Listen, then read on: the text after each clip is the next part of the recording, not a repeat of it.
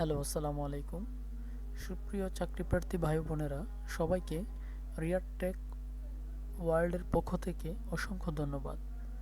তো বরাবরের মতোই আমরা বিভিন্ন চাকরির সার্কুলার নিয়ে আপনাদের সামনে কথা বলে থাকি। তো আমরা আজকেও যে চাকরির সার্কুলারটাকে নিয়ে কথা বলবো সেটা হচ্ছে মৎস্য অধিদপ্তর প্রশাসন ২ শাখা মৎস্য ভবন ঢাকা। এটার আন্ডারে অর্থাৎ মৎস্য অধিদপ্তরের যে নিয়োগ বিজ্ঞপ্তিটি পাবলিশড হয়েছে সেটাকে আমরা আজকে এক্সপ্লেন করব। তো এখানে অবশ্যই দেখুন, বাংলাদেশের প্রকৃত যে নাগরিক রয়েছে তারা আবেদন করতে পারবেন এবং এই যে ওয়েবসাইটটা রয়েছে সেখানে আপনারা আবেদন করতে পারবেন। আচ্ছা, এখন আমরা দেখে নিব যে এখানে কি কি পদ রয়েছে এবং কি কি পদে কতজন লোক নিয়োগ করা হবে এবং কি কি শিক্ষা এবং অভিজ্ঞতা আপনার এখানে প্রয়োজন আছে। আচ্ছা, প্রথমে আমরা যে জিনিসটা দেখব সেটা হচ্ছে একে হ্যাচারি সহকারী। তো হ্যাচারি সহকারী হচ্ছে গ্রেড ১৬-র একটি পদ এবং যেখানে বেতন সংখ্যা ৯,৩০০ থেকে ২২,৪৯০ টাকা পর্যন্ত রয়েছে। তো হ্যাচারিতে ৫ জন লোক নিয়োগ করা হবে এবং সেখানে বলা হয়েছে কোনো স্বীকৃত বোর্ড হতে জীববিজ্ঞান বিষয়সহ বিজ্ঞান বিভাগে মাধ্যমিক স্কুল সার্টিফিকেট, অর্থাৎ আপনাকে এসএসসি বিজ্ঞান থেকে পাশ করা থাকতে হবে এবং সেখানে বায়োলজিটা আপনার ম্যান্ডেটরি থাকতে হবে, অথবা এখানে বলা হয়েছে যে মৎস্য বিষয়ে ডিপ্লোমা থাকতে হবে আপনার। তো এটা হচ্ছে হ্যাচারি সহকারীতে আবেদনের যে শিক্ষা এবং অভিজ্ঞতা লাগবে। তো ২ নম্বর যে পদটা রয়েছে সেটি হচ্ছে ভান্ডার রক্ষক, যেটা হচ্ছে গ্রেড ১৬-র একটি পদ, যেখানে বেতন ৯,৩০০ থেকে ২২,৪৯০ টাকা পর্যন্ত রয়েছে। ভান্ডার রক্ষকে ২ জন লোক নিয়োগ করা হবে।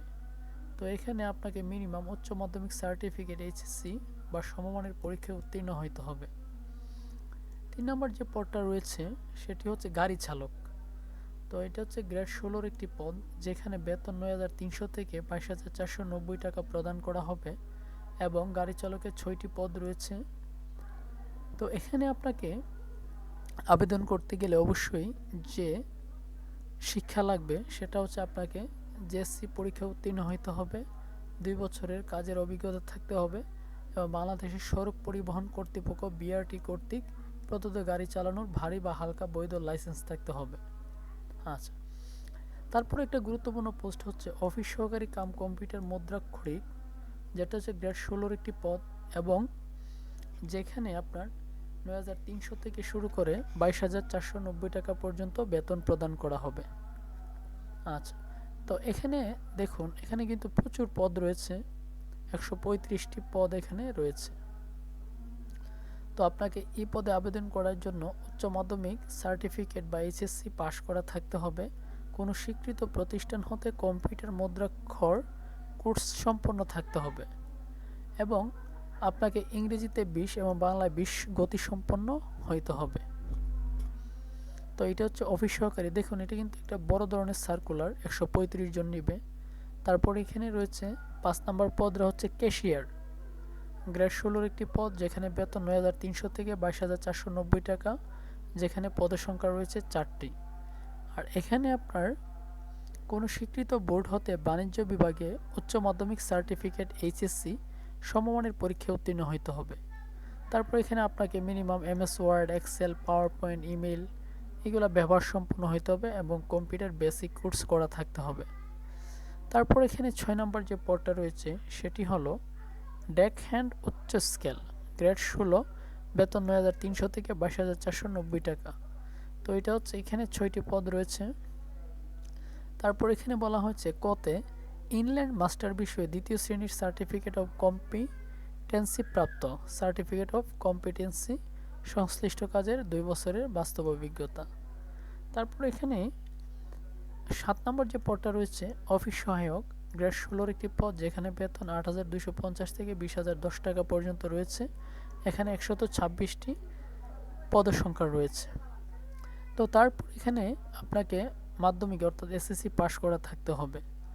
তো আমরা সংক্ষিপ্ত সময়ে দেখাইলাম যে এখানে কতটা পদ রয়েছে এবং পদসংখ্যা প্লাস হচ্ছে কি কি শিক্ষা এবং অভিজ্ঞতা থাকলে আপনি এই পোস্টগুলিতে আবেদন করতে পারবেন।